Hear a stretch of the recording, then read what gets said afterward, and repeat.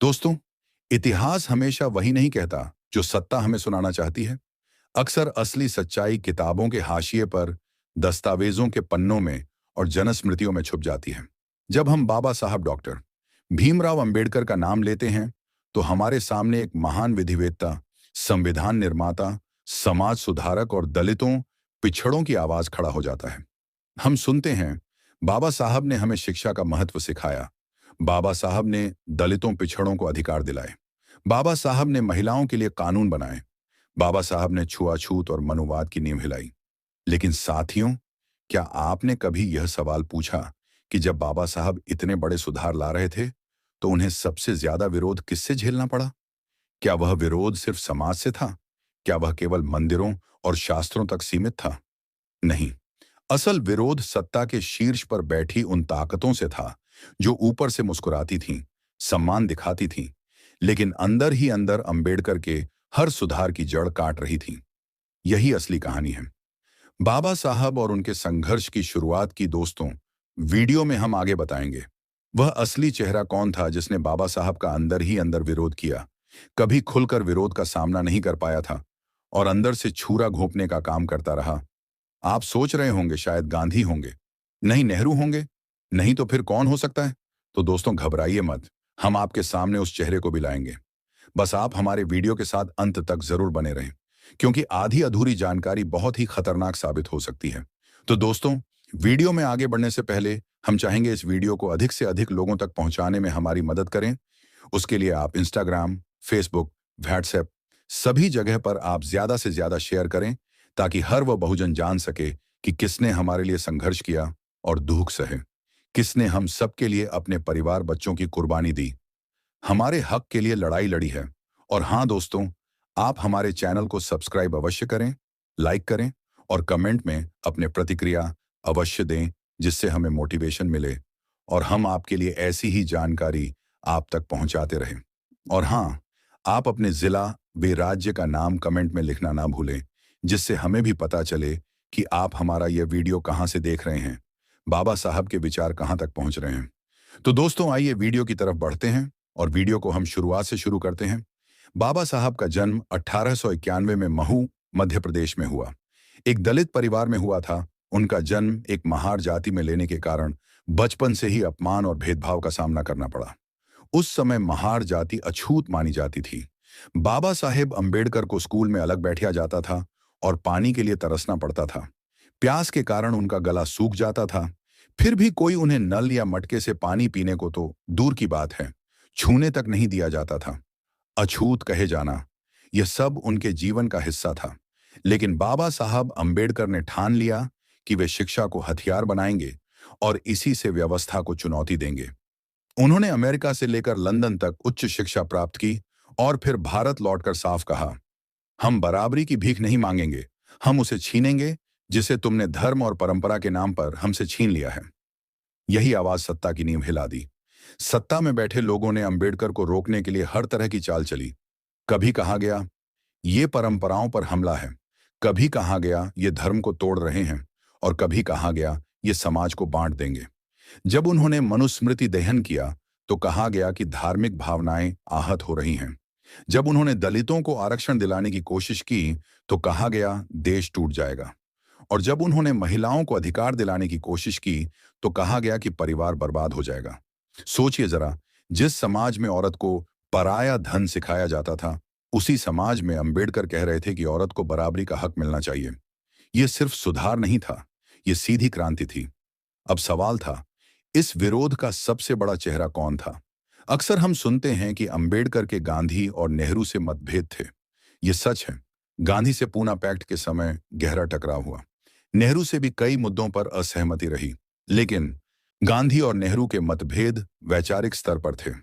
तो चलिए दोस्तों, हम आपको उस असली चेहरे को आपके सामने पेश करते हैं। असली, कट्टर और योजनाबद्ध विरोध बाबा साहेब अंबेडकर को सरदार वल्लभ भाई पटेल से झेलना पड़ा। पटेल वही नेता थे जिन्हें आज लौह पुरुष कहा जाता है, जिनकी विशाल मूर्तियां बनाई जाती हैं, जिनके नाम पर वोट मांगे जाते हैं। लेकिन इतिहास का दूसरा पहलू यह भी है कि उन्होंने अंबेडकर के सुधारों को रोकने में एक बड़ी भूमिका निभाई। विरोध के पीछे क्या कारण था? सबसे बड़ा कारण था हिंदू कोड बिल का विरोध। अंबेडकर ने महिलाओं को तलाक, संपत्ति और समानता का अधिकार देने वाला कानून संसद में रखा, लेकिन पटेल और उनके समर्थकों ने दबाव डालकर इसे पास नहीं होने दिया। कहा गया कि यह हिंदू धर्म को खतरे में डाल देगा। दूसरा कारण आरक्षण का मुद्दा। अंबेडकर ने कहा कि जब तक सामाजिक बराबरी नहीं होगी, तब तक दलितों और पिछड़ों को प्रतिनिधित्व मिलना चाहिए। पटेल ने इसे देश में फूट डालने वाला कदम बताया। और तीसरा सबसे बड़ा कारण, बाबा साहब अंबेडकर का इस्तीफा। जब डॉक्टर अंबेडकर ने हिंदू कोड बिल को ठुकराए जाने के बाद मंत्रिमंडल से इस्तीफा दिया, तो सरदार पटेल ने उन्हें रोकने की कोई कोशिश नहीं की। जैसे संविधान निर्माता का अपमान उनके लिए महत्वहीन था। यहां तक आते आते साफ हो जाता है कि बाबा साहब का असली विरोध केवल परंपरा से नहीं था, बल्कि सत्ता के शीर्ष से था। वह सत्ता जो खुद को राष्ट्र निर्माता कहती थी, वही अंबेडकर जैसे सच्चे समाज सुधारक को अकेला छोड़ रही थी। दोस्तों, जरा सोचिए, साल है 1950 से 151। देश अभी अभी आजाद हुआ है। चारों तरफ नया भारत बनाने की बातें हो रही हैं। लेकिन उस भारत में औरत की हालत कैसी थी? उसकी शादी तय कर दी जाती थी, बिना उसकी मर्जी पूछे। शादी टूट नहीं सकती थी, भले ही पति मारे, पीटे, ताने दे या उसे घर से निकाल दे। महिलाओं को संपत्ति में उसका कोई हक नहीं था। बेटी को बाप की जायदाद से बेदखल कर दिया जाता था। बेटियों को पराया धन समझा जाता था और तलाक की कल्पना तक करना धर्मद्रोह माना जाता था। मतलब साफ था, औरत को इंसान नहीं, बस पुरुष की छाया, पराया धन मानकर और उपभोग करने वाली वस्तु मानकर रखा जाता था। तभी दलितों के मसीहा बाबा साहब डॉक्टर भीमराव अंबेडकर ने भरे संसद में खड़े होकर ऐलान किया और कहा, औरत भी इंसान है, उसे वही अधिकार मिलेंगे जो पुरुषों को मिलते आए हैं। अब यह ऐलान बिजली गिरने जैसा था। उन्होंने हिंदू कोड बिल रखा। इसमें क्या था? अब सोचिए, उसी समाज में जब डॉक्टर अंबेडकर ने संसद में खड़े होकर कहा, औरत को अपनी मर्जी से शादी करने का हक है, शादी न चले तो तलाक लेने का अधिकार, बेटी को भी बाप की संपत्ति में बराबर की हकदार है, पति और पत्नी दोनों को समान अधिकार, यानी हजारों साल के पितृ सत्तात्मक ढांचे पर सीधा वार। अब दोस्तों, ये बिल आते ही संसद में भूचाल आ गया। कुछ नेताओं ने कहा, यह तो हिंदू धर्म को खत्म करने की साजिश है। अगर औरतों को इतनी आजादी मिल गई तो घर कैसे चलेंगे? परिवार टूट जाएंगे। यानी साफ था कि असली डर परिवार नहीं, बल्कि पुरुषों के वर्चस्व के टूटने का था। यहीं से सरदार वल्लभ भाई पटेल का चेहरा सामने आया। पटेल ने खुद संसद में आकर खुलकर विरोध नहीं किया, लेकिन इतिहासकार बताते हैं कि उन्होंने नेहरू पर दबाव डाला कि यह बिल पास न होने पाए। जब संसद में बहस हुई तो बहाने बनाए गए।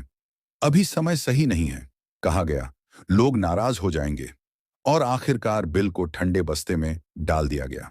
अब सोचिए, जिस इंसान ने दलितों के लिए शिक्षा का दरवाजा खोला, जिसने संविधान बनाकर सबको बराबरी दी, जिसने कहा कि औरत इंसान है, उसी की आवाज को संसद ने कुचल दिया। डॉक्टर अंबेडकर समझ गए थे कि यह सिर्फ विरोध नहीं है, यह सुनियोजित चाल है। उन्होंने कहा था कि अगर हिंदू समाज को जीवित रहना है तो उसे स्त्रियों के समान अधिकार को स्वीकार करना होगा, लेकिन सत्ता के कान पर जूं तक नहीं रेंगी। यही वह क्षण था जब बाबा साहब ने ठान लिया कि अगर संसद में सुधारों को कुचलना ही है तो ऐसी सरकार का हिस्सा रहना बेकार है। यह संघर्ष ही आगे जाकर उनके मंत्रिमंडल से इस्तीफे की जड़ बना। दोस्तों, डॉक्टर अंबेडकर ने बार बार कहा था कि भारत में असली समस्या गरीबी नहीं है, बल्कि सामाजिक असमानता है। उन्होंने साफ कहा था, हमारी जातियां एक दूसरे से अलग थलग हैं। जब तक बराबरी नहीं मिलेगी, तब तक स्वतंत्रता सिर्फ एक दिखावा है। इसी सोच के तहत उन्होंने संविधान में अनुसूचित जातियों और जनजातियों के लिए आरक्षण का प्रावधान रखा। इसका मकसद था शिक्षा में प्रतिनिधित्व, नौकरियों में अवसर मिले और राजनीति में भागीदारी, ताकि जिन समुदायों को सदियों से दरकिनार किया गया वे भी मुख्यधारा में आ सकें। लेकिन जैसे ही यह प्रस्ताव सामने आया, सत्ता के कई बड़े चेहरे असहज हो गए। कुछ नेताओं ने कहा, इससे तो जातिवाद और बढ़ेगा, देश में फूट पड़ जाएगी। यह प्रावधान योग्यता के खिलाफ है। मतलब जो हजारों सालों से विशेषाधिकार लेकर बैठे थे, वे आज बराबरी की बात से डरने लगे। यहां सरदार पटेल का नाम खास तौर पर सामने आया और उन्होंने कहा था कि इस तरह का आरक्षण देश को टुकड़े टुकड़े कर देगा। सोचिए, जिन लोगों को कभी इंसान तक नहीं माना गया, उनके लिए थोड़े से अवसर आरक्षित करने पर भी सत्ता के लौह पुरुष को देश टूटने का डर लगने लगा। यह विरोध सीधा सीधा मनुवादी सोच की तरफ इशारा करता था। असली चिंता देश की एकता नहीं थी, बल्कि उस ऊंच नीच की व्यवस्था का बचाव करना था, जिसमें कुछ लोगों को सब अधिकार थे और कुछ को कुछ भी नहीं। बाबा साहब ने स्पष्ट कहा, अगर समाज बराबरी के सिद्धांत पर नहीं टिकता, तो स्वतंत्रता, समानता और बंधुत्व का सपना अधूरा रहेगा। उन्होंने यह भी बताया कि आरक्षण कोई भीख नहीं है, बल्कि ऐतिहासिक अन्याय का मुआवजा है। आरक्षण से पहले के भारत में सभी पद, सभी अवसर, सभी संस्थाएं पहले ही एक ही जाति के लिए आरक्षित थीं।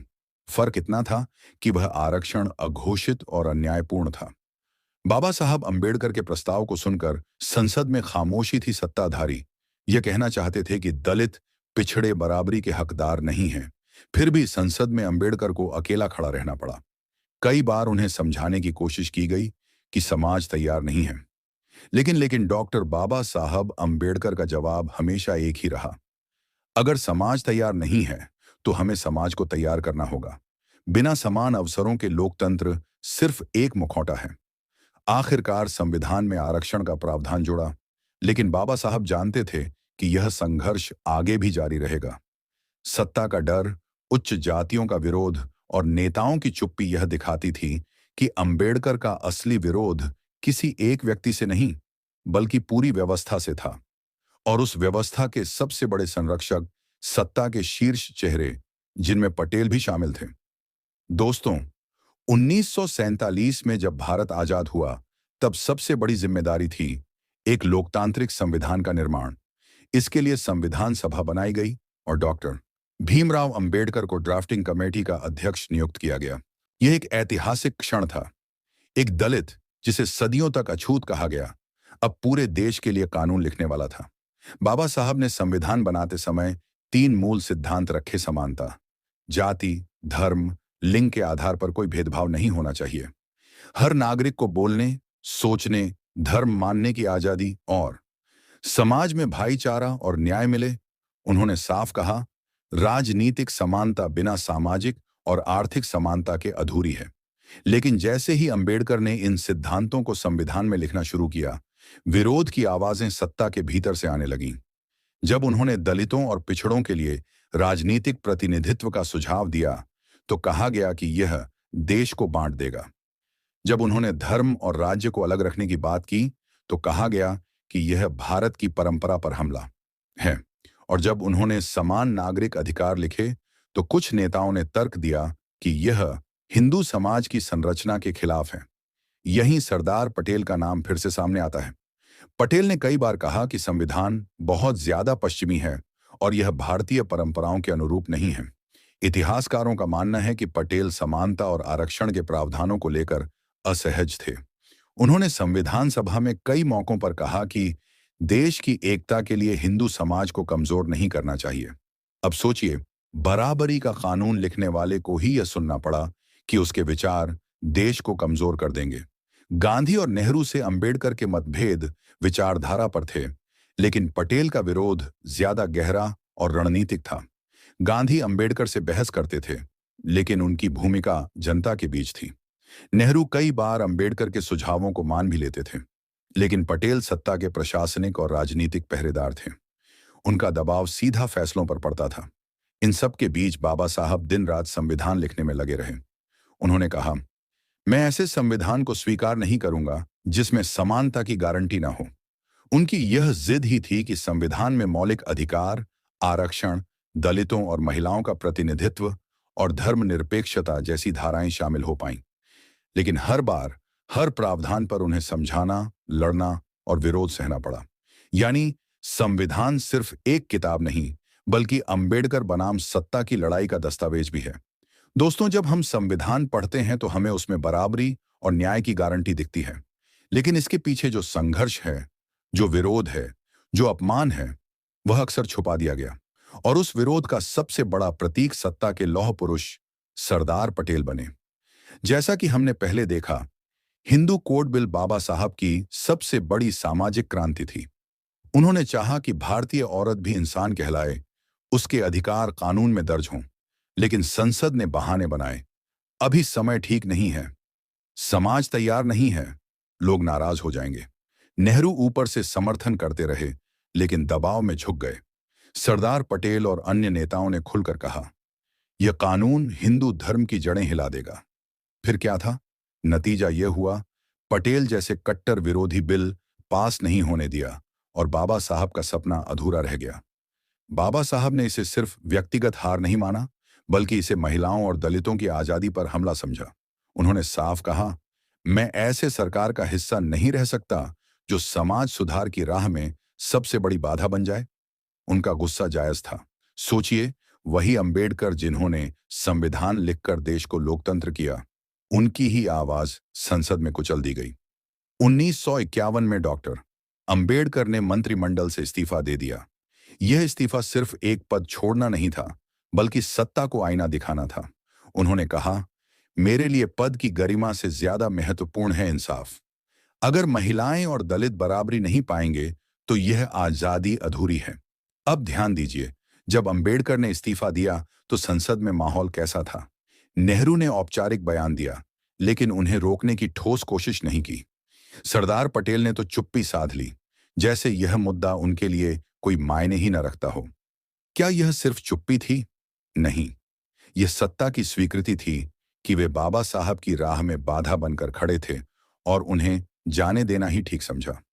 बाबा साहब का इस्तीफा दरअसल जनता के नाम एक बड़ा संदेश था कि अगर व्यवस्था तुम्हें इंसाफ नहीं देती तो उससे समझौता मत करो, उसे चुनौती दो। उन्होंने यह दिखा दिया कि सत्ता की कुर्सी से बड़ा सच और इंसाफ है।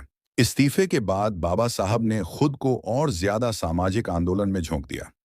उन्होंने जाति व्यवस्था पर और तीखे हमले किए, महिलाओं को संगठित करने की कोशिशें तेज कीं और आखिरकार 1956 में बौद्ध धर्म स्वीकार कर मनुवाद को अंतिम चुनौती दी। दोस्तों, बाबा साहब का इस्तीफा सिर्फ एक व्यक्तिगत कदम नहीं था, यह उस संघर्ष की गवाही थी जो सत्ता और समाज ने मिलकर उनके खिलाफ रचा था। और इस संघर्ष में सरदार पटेल जैसे नेता सबसे बड़े दीवार बनकर खड़े रहे। 1951 में मंत्रिमंडल से इस्तीफा देने के बाद डॉक्टर अंबेडकर ने एक ऐतिहासिक मोड़ लिया। उन्होंने महसूस किया कि संसद और सत्ता उनके सुधारों को दबा रही है। महिलाओं के अधिकार कुचल दिए गए, आरक्षण पर सवाल उठते रहे, सामाजिक बराबरी को हमेशा टालने की कोशिश हुई। इसलिए उन्होंने निश्चय किया कि अब राजनीतिक पद की बजाय सामाजिक आंदोलन ही असली हथियार होगा। इस्तीफे के बाद बाबा साहब ने बार बार कहा, मैं हिंदू धर्म में पैदा हुआ हूं, लेकिन हिंदू होकर नहीं मरूंगा। यह उनका सबसे बड़ा विद्रोह था, क्योंकि वे समझ चुके थे कि हिंदू धर्म की जड़ ही मनुवाद है, जो समानता और इंसाफ को कभी स्वीकार नहीं करेगा। 1956 में नागपुर के दीक्षा भूमि पर लाखों अनुयायियों के साथ बाबा साहब ने बौद्ध धर्म अपनाया। यह सिर्फ एक धार्मिक परिवर्तन नहीं था, बल्कि मनुवाद के खिलाफ अंतिम क्रांति थी। उन्होंने अपने अनुयायियों को 22 प्रतिज्ञाएं दिलाईं। हम हिंदू धर्म की देवी देवताओं की पूजा नहीं करेंगे, हम जाति व्यवस्था को स्वीकार नहीं करेंगे, हम समानता और करुणा पर आधारित जीवन जिएंगे। अब सोचिए, जिस इंसान ने संविधान लिखा वही कह रहा है कि हिंदू धर्म ने हमें इंसाफ नहीं दिया।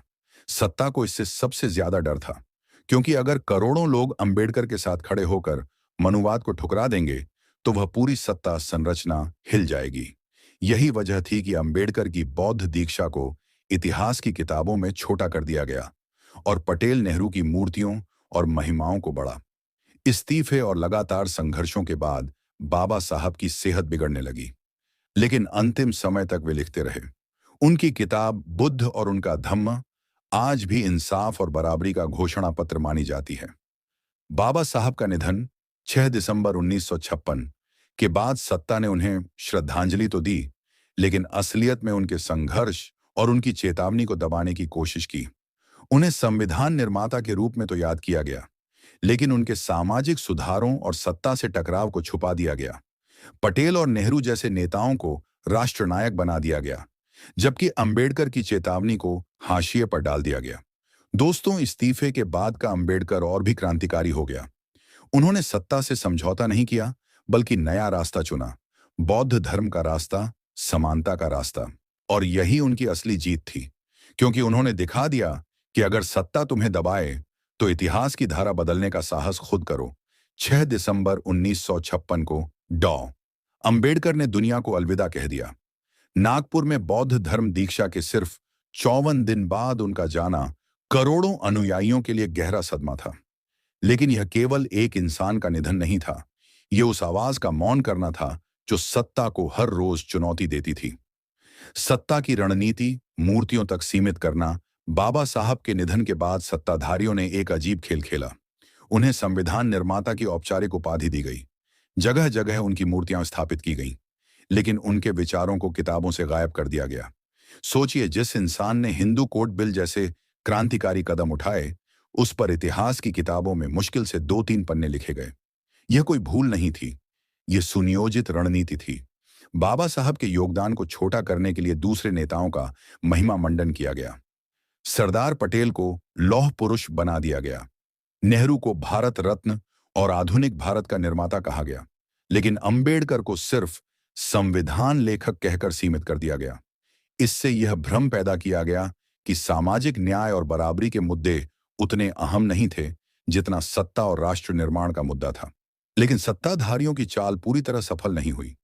दलित, पिछड़े और वंचित समाज ने बाबा साहब को सिर्फ संविधान निर्माता नहीं, बल्कि मुक्तिदाता मानकर याद करना शुरू किया। मूर्तियां उनके लिए प्रतिरोध का प्रतीक बन गईं। हर 14 अप्रैल अंबेडकर जयंती और 6 दिसंबर महापरिनिर्वाण दिवस पर लाखों लोग सड़कों पर उतरकर उनके विचारों को जीवित रखते आए हैं। बाबा साहब का असली असर उनके लिखे शब्दों और बनाए हुए संगठनों से हुआ।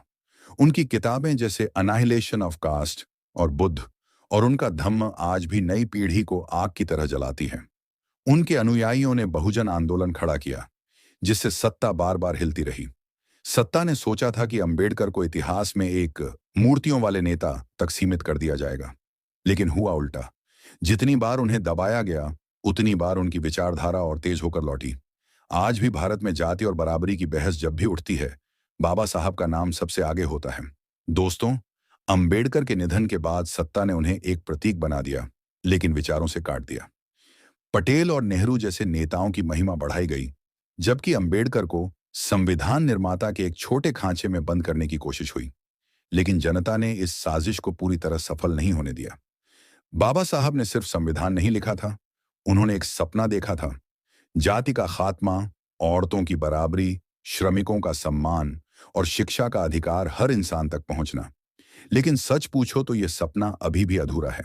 आज भी गांव-गांव में जाति के नाम पर अत्याचार हो रहे हैं, औरतों पर पितृसत्ता का बोझ डाला जा रहा है और गरीब मजदूर न्याय की आस लगाए बैठा है।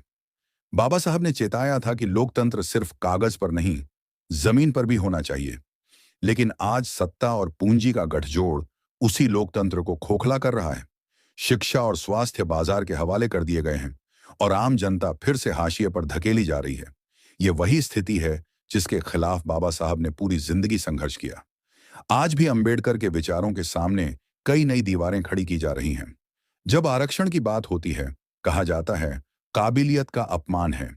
जब औरत अपनी स्वतंत्रता की बात करती है, कहा जाता है संस्कृति पर हमला है। और जब दलित बहुजन अपनी पहचान जताते हैं, कहा जाता है देश को तोड़ने की कोशिश है। ये सब वही मनुवादी सोच है जो बाबा साहब के जमाने में थी, बस चेहरा बदल गया है। जनता की ताकत और अंबेडकर की सच्ची विरासत। लेकिन दोस्तों, सच यही है कि बाबा साहब का विचार सिर्फ किताबों में नहीं है, वह जनता के संघर्ष में है। किसी दलित छात्र का यूनिवर्सिटी में पढ़ना, किसी लड़की का अपनी पसंद से शादी करना, किसी मजदूर का अपने अधिकार के लिए हड़ताल करना, यह सब अंबेडकर की दी हुई ताकत है। उनकी सबसे बड़ी जीत यह है कि आज करोड़ों लोग बिना डरे सवाल पूछ रहे हैं। मूर्तियां नहीं, विचार चाहिए। सत्ता ने बाबा साहब को मूर्तियों और स्मारकों तक सीमित करने की कोशिश की, लेकिन उनके अनुयायियों ने समझ लिया कि असली श्रद्धांजलि मूर्ति में फूल चढ़ाना नहीं, बल्कि विचारों को जीना है।